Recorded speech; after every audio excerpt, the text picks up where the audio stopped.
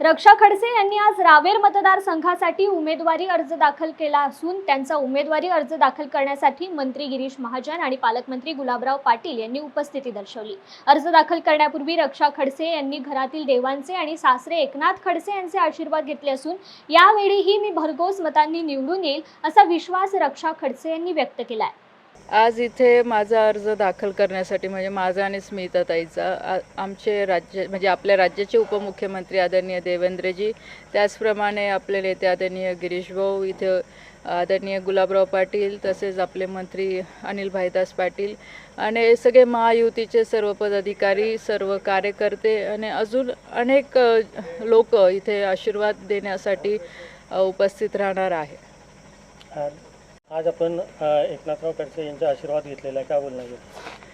नेहमीप्रमाणे जेव्हाही आपण एखादं शुभ कार्य करत असतो तेव्हा आपण सगळ्या ज्येष्ठांचे आशीर्वाद घेत असतो आणि नेहमीची जी माझी सवय आहे की आज तिसऱ्यांदा मी फॉर्म भरते आहे, तर नक्कीच आदरणीय नाथभाऊ असतील, आई असतील, माझे मम्मी पप्पा असतील, सगळे घरच्या मोठ्या लोकांचे मी आशीर्वाद घेतले। आता इथून मी आदरणीय गिरीश भाऊ असतील त्यांचेसुद्धा आशीर्वाद घेणार आहे।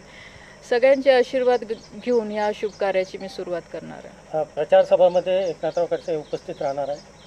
प्रचार सभेत ते उपस्थित राहणार नाही, त्यांनी आधीसुद्धा सांगितलेलं आहे। नक्कीच आज त्यांचे आशीर्वाद माझ्यासोबत आहे आणि ते त्यांच्या स्तरावर माझ्यासाठी पूर्ण प्रयत्न या निवडणुकीमध्ये करतील।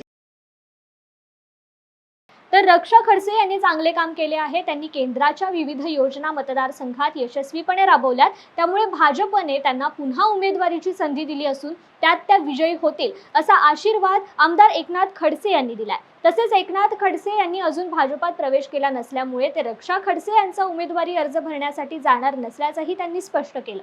रक्षाताई आज तिसऱ्यांदा लोकसभेसाठी आपला उमेदवारी अर्ज दाखल करण्यासाठी निघाले आहेत। त्यांनी गेले 2 टर्म 10 वर्ष पार्लमेंटमध्ये आणि पार्लमेंटच्या बाहेर मतदारसंघामध्ये अत्यंत चांगलं काम या ठिकाणी केलेलं आहे। विकासाच्या दृष्टिकोनातून त्यांनी महत्त्वाचे प्रश्न पार्लमेंटमध्ये उचलले, काही प्रश्नांना मंजुरी मिळाली।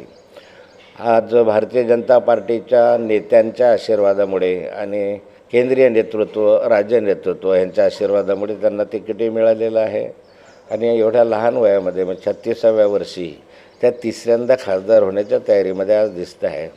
मी त्यांना या निमित्तानं शुभेच्छा देतो। या मतदारसंघामधल्या मतदारांच्या आशीर्वादामुळे आणि सर्वांच्या सहकार्यामुळे रक्षाताई ह्या अधिक चांगल्या मताधिक्यानं निवडून येतील असा मला विश्वास आहे।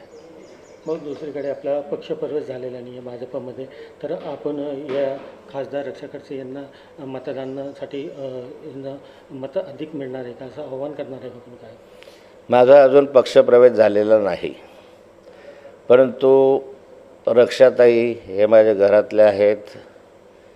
ती माझी सून नाही तर माझी मुलगी आहे आणि त्यामुळे मुलगीच नाही तर भारतीय जनता पार्टीच्या माध्यमातून मिळालेल्या तिकिटाने माझा भावी कालखंडामध्ये भारतीय जनता पार्टीमध्ये होऊ घातलेला प्रवेश या आधारावर मी त्यांना सहकार्य करणार आहे आणि सहकार्य करत असताना निश्चित त्यांना माझ्या सहकार्यामुळे अधिक चांगलं संघात मताधिक्य मिळेल या दृष्टीने मी प्रयत्न करणार आहे।